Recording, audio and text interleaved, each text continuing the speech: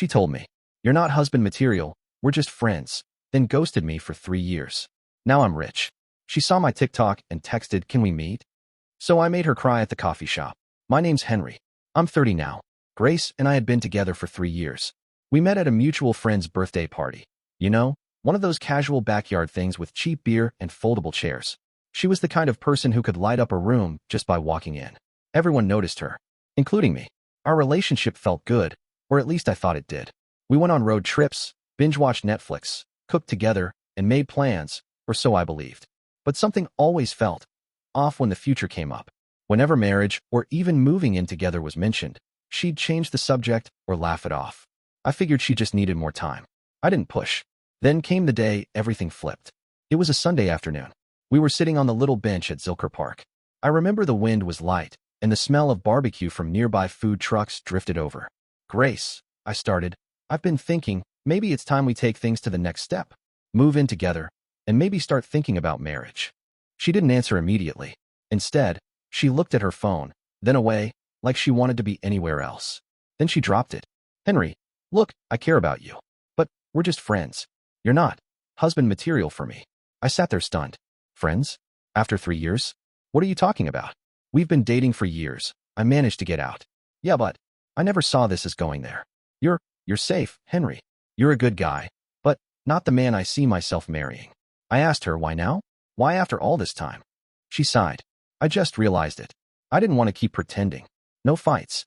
She just stood up, said, "I hope you understand," and walked away. And that was it. She ghosted me after that. Blocked my number. Removed me from socials. Completely vanished. The next few months were rough. There's no sugarcoating that. I stopped going out, lost focus at work. I kept wondering, was I really not good enough? What did not husband material even mean? But after some time, something inside me shifted. I realized sitting around feeling sorry wasn't going to change anything. I buried myself in my work, leveled up my skills, started networking harder, learning about content creation, marketing, and, funny enough, TikTok. Turns out, TikTok wasn't just for dancing teenagers. I started posting behind the scenes of my design work, tips on freelancing, showing off some of the brand campaigns I'd worked on. It started gaining traction. Companies reached out. Bigger clients. Then brand deals. Sponsors. The money followed. Suddenly, I wasn't just getting by, I was thriving. I paid off my debts, bought a new apartment downtown, even upgraded to a Tesla. My face was popping up on people's For You pages more than I ever expected. 3 years went by. I hadn't thought about Grace in a long while. Until, one random Wednesday night, a message popped up. It was from an unknown number. "Hey, is this Henry? I saw you on TikTok. Wow, you've really done well for yourself. Would you be open to meeting for coffee? Just to catch up. It's been a while." I stared at the message for a good minute. No, how have you been? No apology. Just, can we meet? I won't lie, the old version of me would have ignored it. But the new me? Oh no. I saw an opportunity. So I replied, "Sure. Let's meet. How's tomorrow, 5 p.m., at the coffee shop on Main Street?" Her response came back almost instantly. "Perfect. See you then." Little did she know I wasn't coming just to catch up. I was coming to give her exactly what she gave me 3 years ago. The next day arrived faster than I expected. I pulled up to the coffee shop about 10 minutes early, parked my car, and sat there for a moment watching people come and go. I wasn't nervous. Not anymore. What I felt was calm, focused, almost detached. I walked inside, ordered an iced Americano, and grabbed a table near the window. A few minutes later, I saw her. Grace. She looked different. Still attractive, but not quite the same. A little more tired around the eyes, maybe. Or maybe it was just that I was seeing her clearly now. She spotted me, gave a small wave, and walked over. "Henry." "Wow," she said, almost breathless. "You look really good." I smiled politely. "Yeah, life's been good." We sat. For a moment, it was awkward. She fiddled with her straw, glanced around like she wasn't sure how to start. Then she finally spoke. "I've seen your TikToks. I couldn't believe it at first. You've done so well for yourself." "Yeah, business has been booming. Things turned around." "I always knew you were talented," she said, forcing a soft laugh. I guess I never realized how far you could go." I nodded, but didn't say anything. I wanted her to talk. I wanted to hear what she really came for. There was a pause. Then she leaned in slightly. "Henry, I've been thinking a lot. About us. About everything. I made mistakes." I tilted my head. "Oh, yeah. I shouldn't have said what I did back then. I don't even know what I was thinking. I was confused. Scared, maybe. You were always so good to me. Honestly, I regret how things ended." I sat back, crossing my arms. So what exactly are you saying, Grace? She hesitated, but then went for it. I want to try again. I miss you. I miss what we had. You were always the most genuine person in my life. I let her words hang there for a moment. 3 years ago, I would have done anything to hear those words. I would have jumped at the chance. But now it didn't feel like a romantic reunion. It felt like a transaction, her realizing that the man she called not husband material had suddenly become valuable in her eyes. I took a sip of my coffee. Grace, do you remember what you told me at Zilker Park? Her smile faded slightly. Yeah, I was stupid. You said I wasn't husband material, that we were just friends. After 3 years together. She lowered her gaze. I know I was wrong. Funny, I said, tapping the side of my cup, because when you left, when you ghosted me, you didn't look confused. You looked pretty certain. She blinked quickly, her mouth opening like she wanted to say something, but nothing came out. I spent months asking myself what was wrong with me. I continued, wondering why I wasn't enough. You could have been honest. You could have said anything. But instead, you just walked away like I was nothing.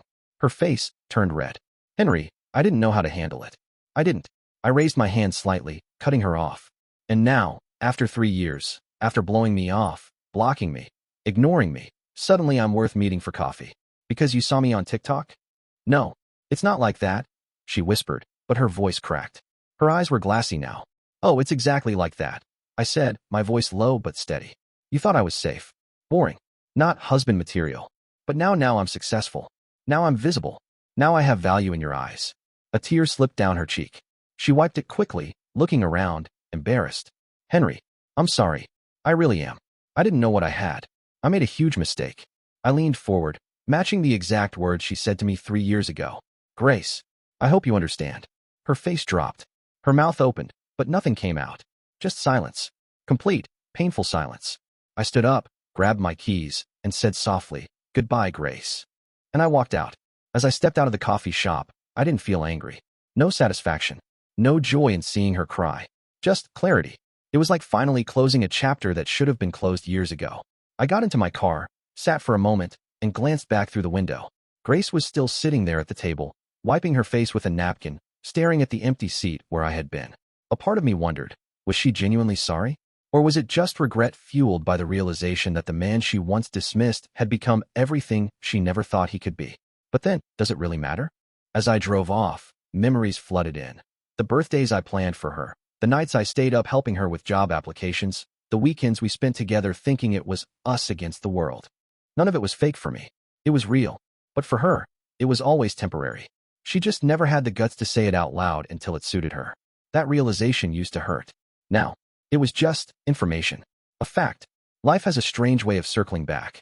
When she left, I felt small, broken, wondering what I lacked, wondering if being kind, loyal, dependable, if any of that was ever enough in today's world. Turns out, it wasn't about me at all. It was her choices, her priorities. And honestly, I'm grateful now.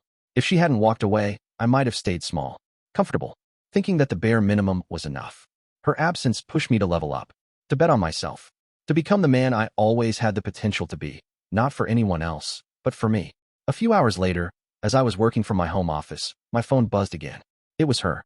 A long message this time. No more pretending. She poured it out. I'm so sorry. I've been thinking about everything. You were the best thing that ever happened to me, and I was too stupid to realize it. I got caught up in what other people thought success was. I chased the wrong things, and I lost someone who actually cared. I wish I could turn back time, but I know I can't. I just hope one day you'll forgive me. I read it and left it on read. No reply. No need. Because here's the thing. Sometimes closure isn't a conversation. It's not a second chance. It's recognizing that the person who broke you is no longer qualified to be in the next chapter of your life. She made her choice. I made mine. I've since met someone. Someone who didn't need to see a follower count to know my worth. Someone who never once made me feel like I had to prove my value. Grace is now just a lesson. A reminder. A reminder that people will come back. Not because they love you, but because they see what they lost. And that's not your burden to carry. So yeah, that's my story. She ghosted me for 3 years, thought I wasn't good enough. Now I'm living my best life, and she's the one crying in a coffee shop. What do you think? Was I too harsh? Or was this just karma doing its job? I appreciate you watching till the end. Hit that subscribe button and stay tuned for more content.